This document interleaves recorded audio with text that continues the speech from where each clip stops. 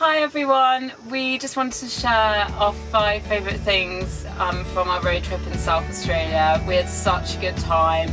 We went all around like the coastline, the Fleurieu, the Yorke and the Eyre peninsulas, and then we went back through Barossa and Mount Gambier region.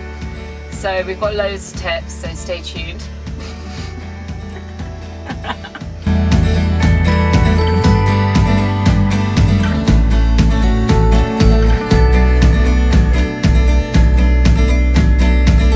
My favourite was Pelubi Beach. It's about 20 minutes from Streaky Bay, and it has these little beach huts which were just really cool.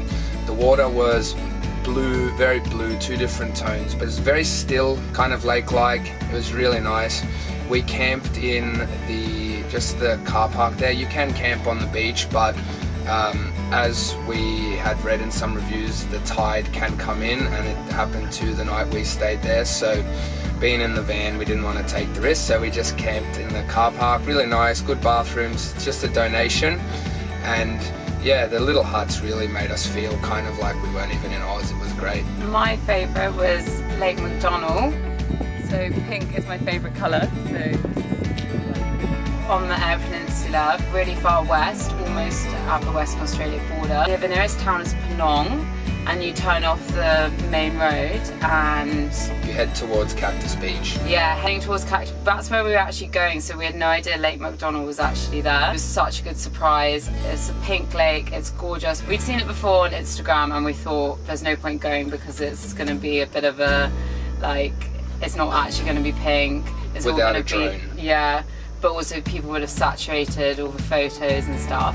But it was actually so beautiful, we couldn't believe it. And there was no one else there, which was really cool. We camped at Cactus Beach that night, which was awesome. Yeah, so that was my second favourite as well. So the pink lake was super nice.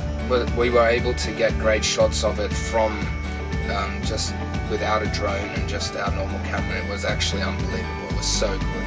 My third favourite was the Little Blue Lake near Mount Gambier. We saw this actually in a book that Maddie has called Places We Swim, and it was awesome. It is like a sinkhole that's filled up with water, so it's kind of like a cenote like they have in Mexico. And so I think it gets up to 45 meters deep, and it is just, the water was awesome. It was really blue, heaps of cool rocks to jump off. There was it's free, so you can go anytime. It's just in the middle of a field. Yeah, it's in the middle of nowhere, so if you go near Mount Gambier, then you Google it, you can find it. And it's literally, you're just out in the countryside in farmers' paddocks and stuff. Sheep. Yeah, there's like cows nearby and stuff, and there's nothing swimming in it, so you don't have to be worried about anything. And yeah, it was really cool. Highly recommend it to everyone. In terms of campsites nearby, we stayed in just like a free camp in a car park and nearby. Right next to the beach. Yeah, right on the beach. My second favourite. Is it my second favourite? Yes. Yeah. My second favourite was Jim Beach in the Eyre National Park. That's on the Yorke Peninsula.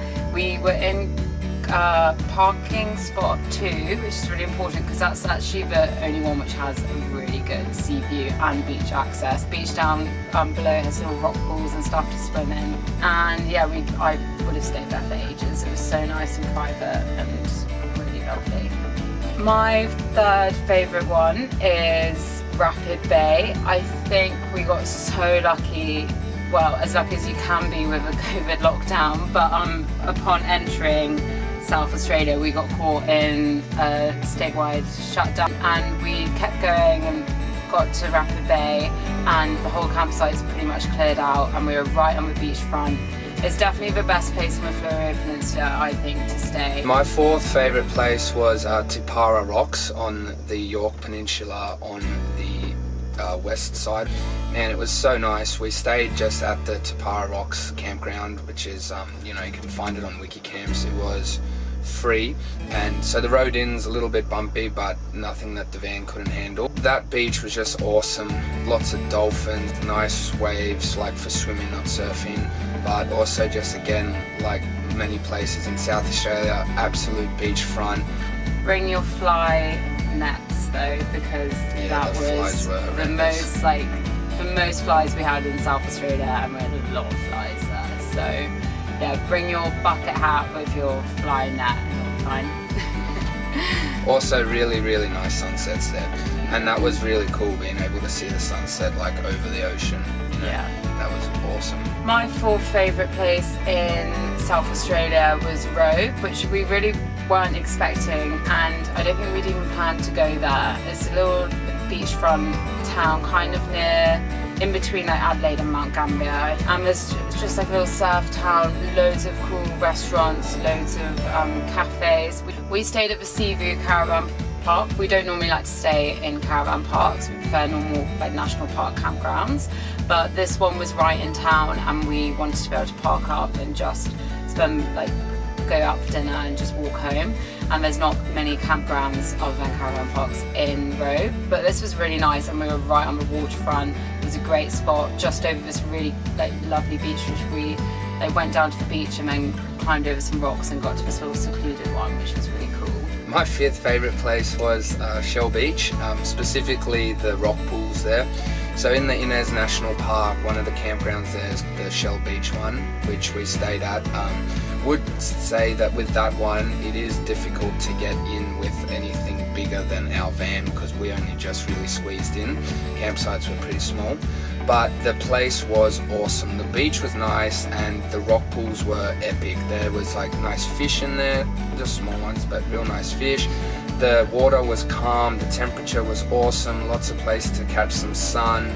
Very easy walk to get there. That was another recommendation from the places we swim book, and yeah, just an awesome place. And yeah, for anyone going to the Innes National Park, I would make sure that you don't miss that one. And finally, my fifth favourite one is kind of an obvious one if you think of South Australia, especially if you're not from Australia. Like the Barossa Valley is one of was the only wine region I'd heard of. The red wine from there is amazing. I love wine, so obviously that was such a hit.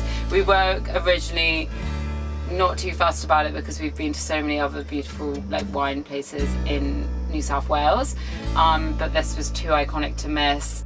We went to the Jacobs Creek. Yeah. We went to Jacobs Creek cellar door first, and from there we were recommended some smaller wineries, and so we went to David Franz and Sharkey, and then finished at a gin distillery. Seppelfields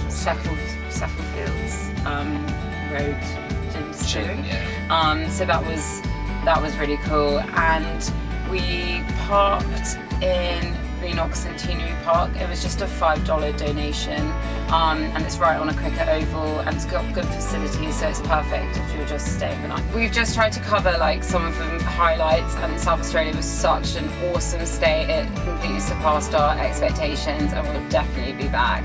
So if you want any more tips, like just message us, leave a comment below, or follow our Instagram at Tranquila Travels. So our next video, we will be going through the Great Ocean Road in Victoria. We had some horrendous weather, so we tried to make the best of it, and it actually turned out to be one of our trip highlights. It was so much fun. Don't do that.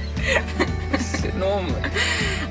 If you enjoyed this video, please just hit that subscribe button. We're going to keep making more videos, even if you don't subscribe. But it was just like, it would be nice to know that people are watching. Oh, we do that. That was absolutely